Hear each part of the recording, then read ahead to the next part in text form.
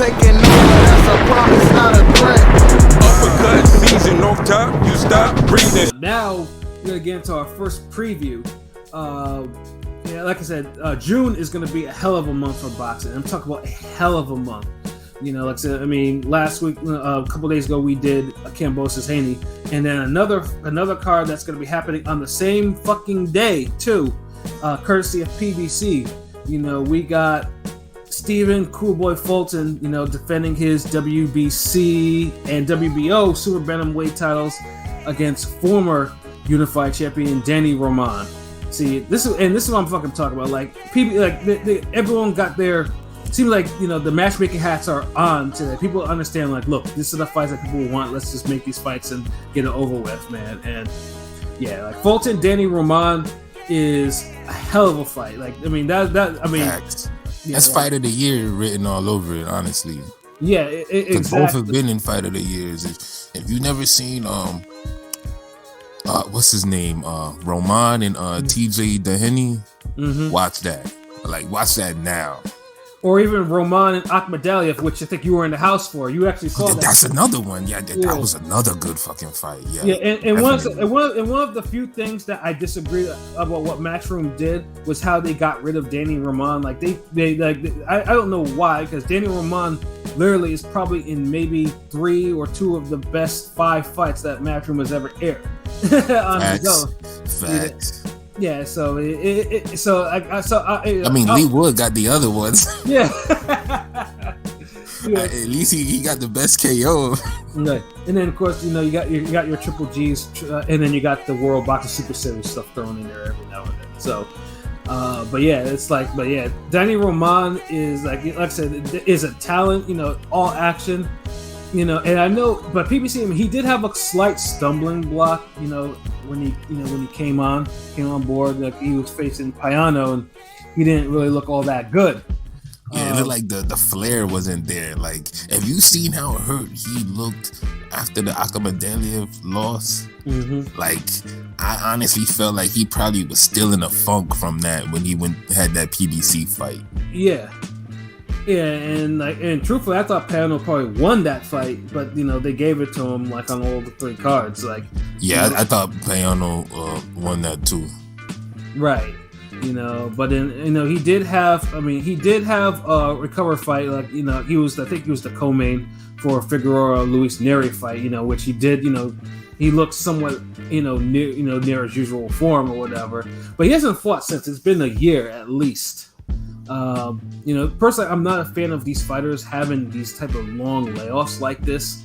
You know, it's just like not fighting no damn Fulton. Yeah, especially now. Stephen Fulton is Fun things too is Stephen Fulton. The way his last 2 fights, he doesn't. I think if you see his last 2 fights, you think, oh, that's how he usually fights. He doesn't really fight like that all the time. Even before he won the belt from Angelino, he was a little bit more well-rounded. I would say he showed more of his repertoire, but dude has been going to fucking war these last 2 fights. Like, Jesus Christ! Oh, at least he showed he can. He showed he can. He's top 10 pound for pound, by the way. I think. I agree. I have him in my top. Y'all make sure y'all put him on y'all list. Then when we do this shit, we doing top 15. Oh boy. Yeah. Top 15. Everybody else do top 10. Ring Game doing top 15. So be on the lookout for that. Yeah, so I mean, first, like the Angelo Leo fight. The Angelo Leo fight was just like, that nigga was a fucking dog in that fight. Like, and you know, and Angelo Leo, he tried to keep up, man, but he ended up getting put in the hospital because of all the punishment he took. He hasn't fought since. No, he did, but he also he looked like he was he looked like he needed a little bit more of a break. Yeah. Yeah, you know, and then the fight that a lot of people have a split on, the fight with Brandon Figueroa, which he won disputed, and this is disputed, a majority decision over him. And he lost. Yeah, see, this is the thing. Like, I mean, it was closer. Like, I mean, they had like 2 116, 112s, and I didn't see that for Fulton. And it's hard too because Fulton, you know, fought someone who had the same type of stamina and work rate, but also punched a lot harder. Because if there was someone who got hurt in that fight, it was Fulton. Fulton was moonwalking. If Fulton doesn't get hurt as many times as he did, he probably wins. But I can't give it to someone who get outworked and hurt more. Like, yeah, like Fulton was moonwalking at least 4 times in that fight. Yeah, that's a lot. I don't think he was hurt that badly, but he was buzzed at times. But I mean, if you stop throwing punches for like 8 to 10 second intervals and you backed into the ropes, I mean, I'm gonna put 1 and 1 together. Like, yeah. I mean, dude was almost. I mean, he wasn't Kodo Corley, but I get it. Yeah, I mean, he wasn't doing silly dances and shit like that, like a puppet with the strings cut, like Kodo was doing against Corley. But you know, like, Fulton was just like, he heard Billie Jean in his head and started moonwalking to them ropes. But then as soon as he touched them ropes, dude was a dog again. Like he'd get hurt, but he immediately, like, quickly just like. Yeah. And that's why you respected it. Like, honestly, if there ever was a rematch that needed to happen right away, it was that fight. Right. That fight right there. I still want to see that shit again. Like. And those two, in front of these, those two were training, like, you know, they get, you know, they were in the press, you know, on cameras, like, you know, talking about this, that, or, you know, he said this, he said that type of shit, and it was kind of disappointing because it was like, yo, like, I really wanted to see it, so, but I want to see a rematch too, but you know, the show must go on, and like I said, you know, Fulton is now in another tough fight, so that's it. Again, you got to respect how he's moving. Yeah. But here's my thing: is like eventually Fulton is gonna run into. I mean, 122 is still, it's a strong division. Like, I mean, PBC has actually done work in trying to get more fighters there. Like, 122 has a lot of sharks that are roaming. You know, some are very hungry and are looking for that big meal. You know what I mean? So it's just like, I mean, Fulton's style. I mean, hopefully that he kind of dials back a little bit on the type of warring that he does. I mean, I know he's a Philly fighter, and Philly fighters be doing Philly things, but it's like, because eventually he will run into a fighter that then has Figueroa type of power and shit like that, and you know, you don't want to see him just get buzzed for no fucking reason, because I mean, eventually, you know, their punch resistance, there is a limit. Someone will find how much he can really take. But I don't think Roman hits his hardest. I was gonna say we'll cross that bridge when we get to it. Yeah, but Roman, he low key kind of crossed the bridge already, though. Right, but I mean, yeah, Roman. I mean, Roman. Obviously, he's not a power puncher. I mean, he has like 11 KOs and shit like that too. But I mean, he can punch though. I mean, he can punch. Yeah, that's true.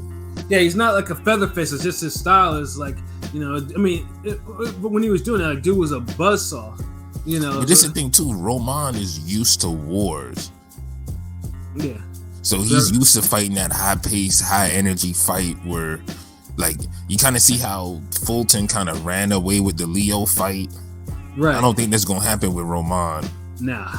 And it damn sure ain't happened with the Figueroa fight. So no, it's a hard ass fight after Figueroa. I'm sorry, like y'all got to get this man props. Yeah, no, whether you had him winning Figueroa fight or not, like, this a hard fight to come out to take afterwards. Yeah, absolutely. You know what I'm saying? So like I say, he gets my respect. He definitely gets my respect for that, because I'm like, yeah, this is, and like I said, I mean, it's right in Minneapolis too and shit like that. So it's like, yeah, like, Showtime has been doing their thing this year, and and like I said, I love their matchmaking, especially their them paying attention to a division that's often like really ignored in the American audience. But I guess now that you have some American fighters up in there, you can try to. It's easier to market, I guess. I mean, if you got boxing people running boxing, all divisions are marketable, but you gotta give a damn, and you gotta be knowledgeable enough to give it a shot. Right. Absolutely, man. So with this particular fight, Pilot, man. So what are your thoughts on Fulton Roman? How do you see it going? I think it's going to be a good fight. I think it's going to be another, top 10 kind of contender for fight of the year, maybe. I mean, Roman, to me, might be a little past it, and Fulton's kind of in his physical prime. And I think he's going to come out to prove a point, kind of get a clear, decisive win. But, I think it's a good fight, and it's going to be... it'll be competitive, and I think if I had to pick a winner, of course, I think Fulton's obviously going to win this fight by probably unanimous decision. Okay, what scores we talking about? Let's say like 117, 111 across the board, something like that. Damn. So you think Ramon's really gonna get dominated? I think I think he'll put up a fight, but it'll be a clear win for the cool boy. Word. P, what about you? I think it's a real good fight. Definitely a very good fight. Roman's gonna bring it, and Fulton's gonna bring it. Oh yeah. So we'll have some good action. I don't think we're gonna get Fulton Figueroa, but it'll be good. And I don't think we're gonna get Fulton Leo, only because I don't think he's gonna beat the shit out of him like he did Leo. But, so I think Roman will do well in spurts, but I think that Fulton is just gonna outbox him. I think he's gonna outwork him, and it's gonna be a tough fight. But I think Fulton will hustle his way to a 116-112 decision. Okay, that's what it is. LB, what about you? Yeah, I agree with King P. I'm seeing a 116-112. I think we'll see 116-112 twice and 115-113. Fulton just an all-around better fighter, but not by much. Not leaps and bounds. There's respect on Roman's name. I just don't think he'll have the overall quickness to stay with Fulton. I think he'll be a step behind Fulton unless he just tries to trade with him continuously throughout the night and just don't let up, which he's capable of. Because I don't think Fulton has the Akmadeli power to really keep him too cautious, but he has respectable power. Like, you can't just run in on neither one of these guys. So right, yeah. I mean, you don't let the low KO percentage for Fulton may have 8 KOs and Roman 10 or 11, but yeah, you don't you don't want to get. I mean, they're volume punchers, and Roman especially has an underrated body attack if you're not careful. Yeah. So if you get hit by them, you will get put through the ringer, and they've put heavier punchers through the ringer. So hell yeah. So we're gonna is this card a triple header, double header? I mean, right now it's a double header. Because they may turn into a triple header. Who knows? They might do it last minute, but right now it's just strictly a double header. Okay, all right. So this is a good weekend of fights, I guess. Not I guess. It is a damn good weekend. It's a damn good weekend. Damn good weekend. So, but you know what it is? Because I'm so used to looking forward to a certain fight that week, and we talking about it. So I'm already my mind is still on Tank Rolly. So, right. But it's damn, you got this great fight afterwards. So yeah, we're gonna get a great fight. If this fight becomes a snoozer, stinker, whatever, I will be highly surprised. Right.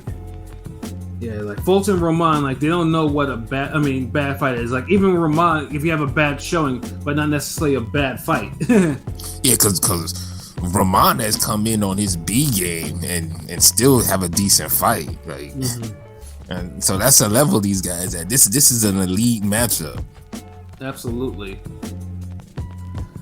But so what are you thinking about? So you basically you see the same thing as P. Yeah, Fulton by decision. Either 116-112 or 115-113. I think they're gonna go back and forth early with the rounds, and then somebody's just gonna take over. Right. And that'll be Fulton. Yeah.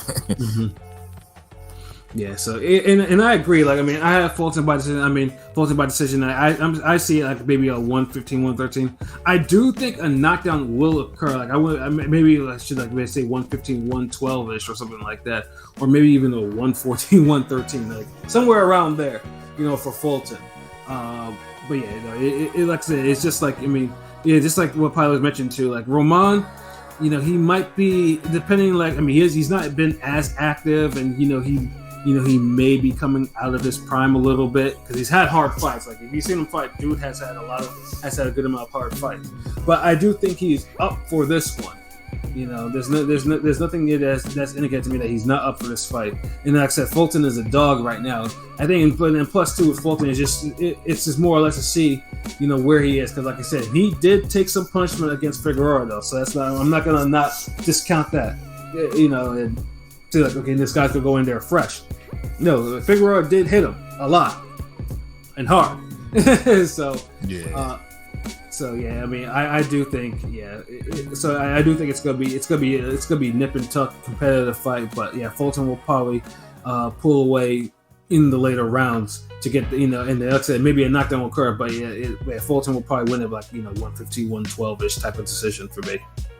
A knockdown will be needed because if the scorecards, because if the judges be how they be, like you're gonna need something to set somebody apart, right?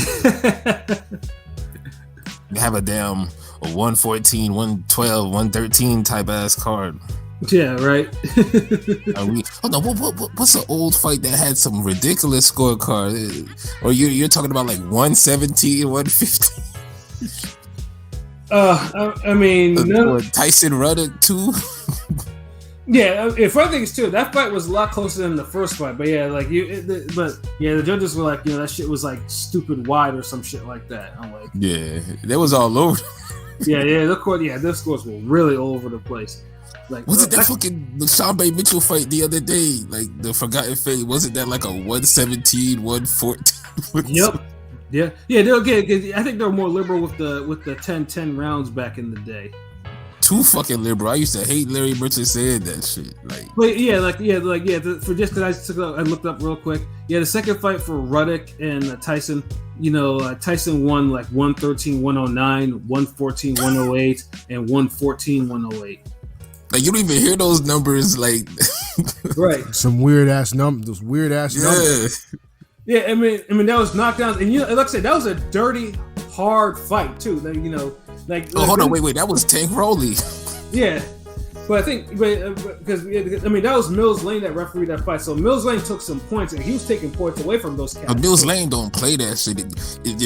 If Mills Lane would have reffed the first fight, we would have needed the second fight. Yeah, I mean, the second fight, you know, kind of took a lot of steam out as well. Because, like I said, Tyson Ruddock 2 is one of those. It's one of those fights you like. You wonder how you took this. How they. That's a great fucking heavyweight fight, though. Yeah. Like, people say that Tyson couldn't dig deep as a pro. That's a fight he dug deep because that dude took a lot of smashes and didn't go down in that fight. He gave him back too. Like, yeah, exactly. Yeah, I might have to fucking rewatch that fight. I ain't see that shit in a minute. Like, cause you don't really look for Tyson fights for damn Fight of the Year's award. You look for like brutal KO. So when you get the damn, oh hold on, this is a good little Tyson scrap. You're like, you look at that shit differently. Yeah, and that's one of them. Yeah, that's definitely one of them. But yeah, Tyson Ruddock 2. Yeah, you know, if you want to watch that, you know, definitely check it out. See what we talk about with the scores. But yeah, for this fight, Fulton Romano. Yeah, if it's not Fight of the Year, then yeah, then clearly the fighters were kind of slacking. They're doing whatever. They're doing fuck all in their training camp. But they also, I mean, as a co-main too, you know, we have David Morrell. I think now I'm starting to warm up to David Morrell because, you know. Because I'm thinking to myself, because you know the type of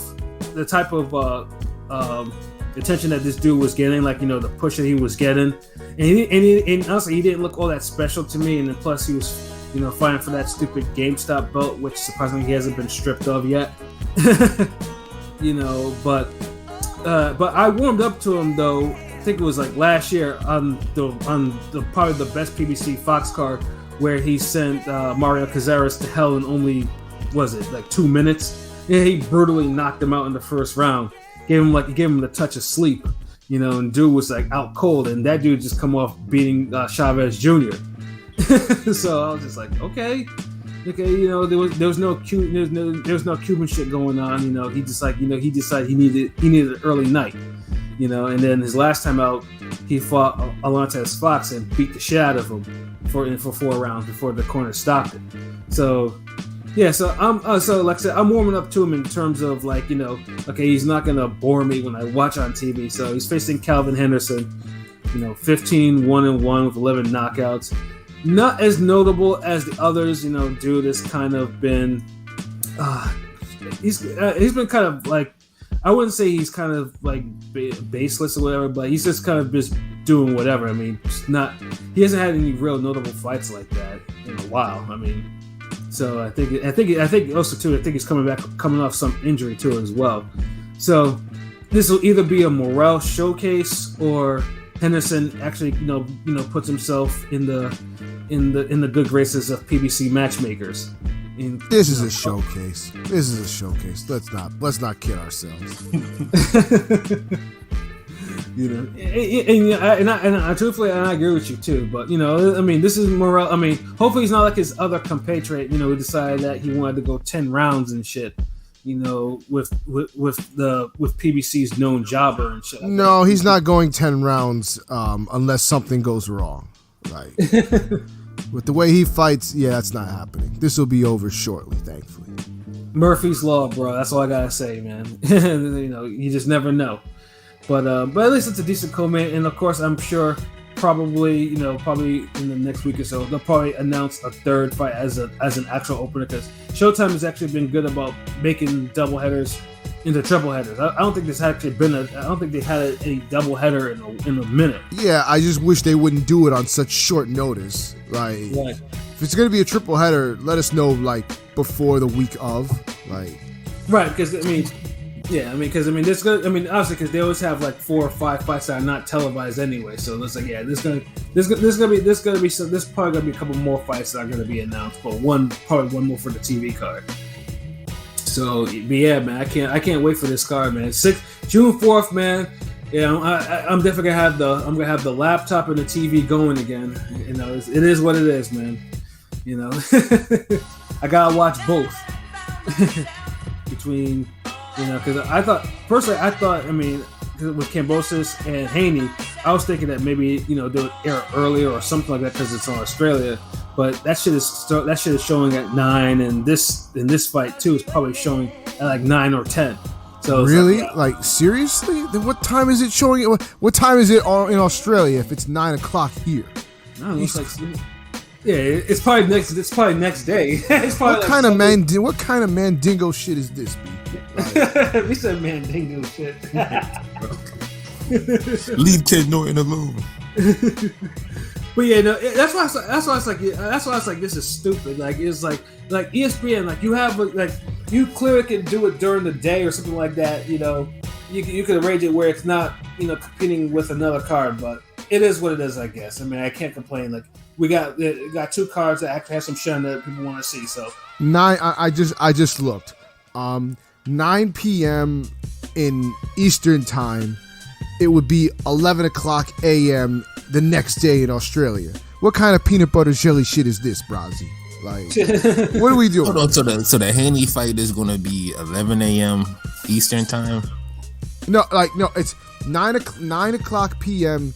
Eastern time in New York, like in our time on the East Coast. But they're having it at 11. Yeah, 11 the next day. Well, shit, that's them niggas then. Shit. Yeah. At least we get it at 9 o'clock. I just don't like having to choose between 2 fight of the years. Yeah, and like I said, and both cards start at 9. Just take a look. But they do that every time Kambosos fight. Yeah. Hold on, that happened last time with the Fulton. Yeah, it did happen, and we got 2 fight of the years out of that one.